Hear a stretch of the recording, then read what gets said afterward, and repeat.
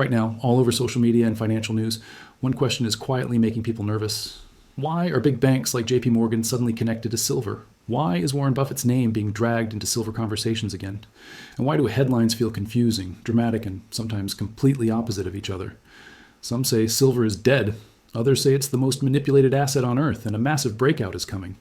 Today, we're cutting through the noise, exposing what's really happening behind the scenes and connecting the dots that most headlines never will. If you stay till the end, your entire perspective on silver, big banks, and smart money might change forever. Before we go any further, if you enjoy deep, honest breakdowns of money, power, and the real economy, make sure you like this video and subscribe to Empire Economics. It helps the channel grow, and more importantly, it tells the algorithm to show you content that actually makes you smarter, not just louder. Now let's get into the truth. For years, silver has lived in the shadow of gold. Gold gets the headlines, the respect, the safe haven label. Silver, on the other hand, gets ignored, mocked, or treated like a side character. But history tells a very different story. Silver isn't just a shiny metal. It's money, it's an industrial necessity, and it's one of the most heavily controlled commodities in modern financial markets. And that's where JP Morgan enters the picture. JP Morgan is not just any bank, it's one of the most powerful financial institutions on the planet, with deep influence over commodities, derivatives, and global markets. For years, the bank has been accused, investigated, and even fined for manipulating precious metals markets, especially silver. This isn't conspiracy theory territory, this is documented reality. The question isn't whether manipulation happened. The real question is why silver and why for so long. To understand that, you have to understand how paper markets work. Most people think silver prices are set by supply and demand of physical metal. That sounds logical, but it's not how today's market actually functions. Silver prices are mostly determined by paper contracts, futures, and derivatives traded in massive volumes. In simple terms, far more silver is traded on paper than actually exists in physical form. This gives large players enormous control over price movements. JP Morgan became a central player in the system. Over time, it quietly accumulated one of the largest physical silver stockpiles in the world, while simultaneously being active in paper trading. Think about that for a second. Suppressing prices on paper while stacking physical metal at lower prices. That's not accidental. That's strategy. Now let's talk about Warren Buffett, because his name always sparks strong reactions.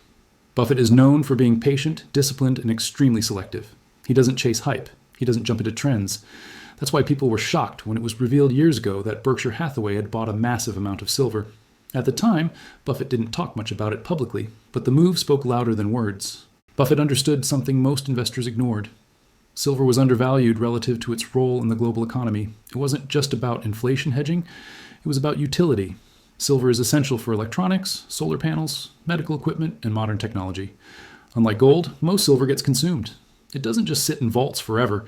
That creates a long-term supply problem that doesn't show up in daily headlines. Eventually, Buffett exited the silver position, and critics love to point to that as proof that silver failed. But that interpretation misses the point. Buffett didn't leave because silver had no value. He left because markets evolve and opportunities shift. The fact that he entered silver at all should tell you something important. Smart money noticed silver long before retail investors started arguing about it on social media. Here's where things get interesting. In recent years, global demand for silver has been quietly rising. Green energy, electric vehicles, and digital infrastructure all require silver. At the same time, mining supply isn't growing fast enough to keep up. New mines take years to develop, and high-quality deposits are getting harder to find. That imbalance doesn't show up immediately in price, but it builds pressure under the surface. And yet, despite all this, silver prices often feel stuck, frustrating, and disconnected from reality. That frustration is exactly what causes people to give up right before major shifts happen. Markets don't reward impatience, they reward understanding. JP Morgan's role in this story isn't about good or evil, it's about power. Large institutions don't think like individuals, they think in cycles, positioning themselves years ahead. And when you see headlines claiming banks are bearish on silver, you have to ask, bearish for whom? For retail traders chasing short-term moves, or for institutions quietly building long-term exposure? Empire Economics exists to ask those uncomfortable questions, because real economic truth is usually hidden between the lines, not printed in bold headlines. Another thing most people don't realize is how silver exposes weaknesses in the financial system. Silver has historically been money. When confidence in paper currencies weakens, silver doesn't just rise in price, it challenges the system itself. That's one reason why it has always been controlled more aggressively than many other commodities. Stability for the system often means suppression for the asset. Now, think about the world we're living in today. Record debt, rising interest costs, geopolitical tension, and a growing lack of trust in institutions. In that environment, assets like silver become uncomfortable for those in control. Not because silver is dangerous, but because it reminds people that money used to be real. This doesn't mean silver will magically explode tomorrow. Anyone promising instant riches is selling a fantasy. What it does mean is that silver is playing a long game, and long games are boring until they suddenly aren't. As an investor, or even just an observer, the most important skill you can develop is patience mixed with awareness. Watch what big players do, not what they say. Watch accumulation patterns, physical demand, and long-term trends, not daily price noise. If you're finding this breakdown useful so far, again, make sure you've liked the video and subscribed to Empire Economics. It genuinely helps us bring more honest, in-depth content like this to you without hype and without fear-mongering. In the next part, we're going to go deeper into how media narratives around silver are shaped, what JP Morgan's massive silver holdings could really mean in the future, and why the next major move in silver might surprise almost everyone watching from the sidelines. For now, just remember this. When an asset is boring, hated, or constantly dismissed, that's often when the most important groundwork is being laid. Silver has been quietly waiting before, and history suggests it may not wait forever. Now, let's talk about the role of media, because this is where most people unknowingly get misled. Financial headlines are not designed to educate you. They are designed to trigger emotion, clicks, and quick reactions. When silver prices fall, headlines scream that silver is finished. When silver moves up slightly, it's called a dead cat bounce. Very rarely do you see calm, long-term analysis. That's not accidental. Constant noise keeps people focused on short-term price action instead of long-term positioning. Big institutions understand this perfectly. While retail investors panic buy and panic sell based on headlines, large players quietly operate in the background. JP Morgan doesn't need public excitement around silver. In fact, silence benefits them more. The less attention silver gets, the easier it is to manage positions without public pressure. This is why many analysts believe silver is not just undervalued, but misunderstood by design. When prices are controlled through paper markets, physical reality gets delayed, not destroyed. Eventually, supply and demand assert themselves, but that process can take years, and most people don't have the patience to wait. Another key piece most people ignore is trust. Markets are built on trust. Trust in currencies, trust in institutions, trust in numbers on a screen. When that trust is strong, assets like silver feel unnecessary. But when trust weakens, silver doesn't need marketing. People naturally rediscover it. Look around the world today. Central banks are buying gold at record levels. That alone should raise questions.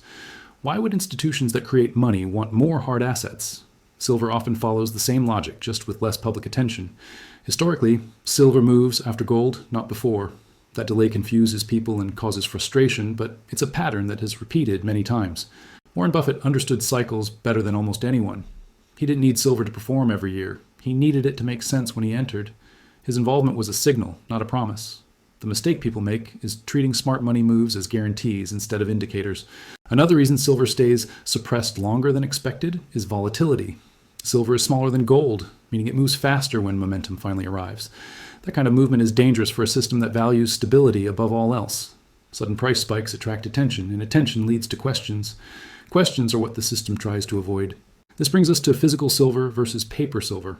When you buy paper contracts, ETFs, or derivatives, you're trusting a system built on layers of promises. Physical silver is different. It exists outside the digital framework. That difference matters more than most people realize, especially during periods of financial stress. In recent years, we've seen growing interest in physical ownership, not just from investors, but from industries. Solar energy alone consumes massive amounts of silver, and that demand is not optional. Technology doesn't care about market sentiment. It cares about materials, and yet supply remains tight. Mining output hasn't exploded. Recycling helps, but it doesn't solve the problem. Over time, this creates tension between what the price says and what reality demands. That tension doesn't stay hidden forever. Empire Economics focuses on these slow-building pressures because that's where real insight lives. Not in daily charts, not in viral predictions, but in understanding how power, incentives, and time interact. One of the most dangerous things you can do as an investor is underestimate boredom. Markets often use boredom as a weapon. They drain attention, exhaust patience, and push people out right before conditions change. Silver has been boring for a long time, and that alone should make people curious. This doesn't mean silver is guaranteed to outperform everything else. Nothing is guaranteed. What it does mean is that silver occupies a unique position. It sits at the intersection of money, industry, and psychology. Very few assets do that. When you hear claims that silver is manipulated, don't stop at outrage. Ask why. Manipulation exists where control is valuable. No one manipulates something that doesn't matter. As we move deeper into an era of debt, digital money, and economic uncertainty, the conversation around real assets will continue to grow. Silver doesn't need to replace the system to matter. It only needs to expose cracks. If you've watched this far, you're already ahead of most people. And now I want to hear from you.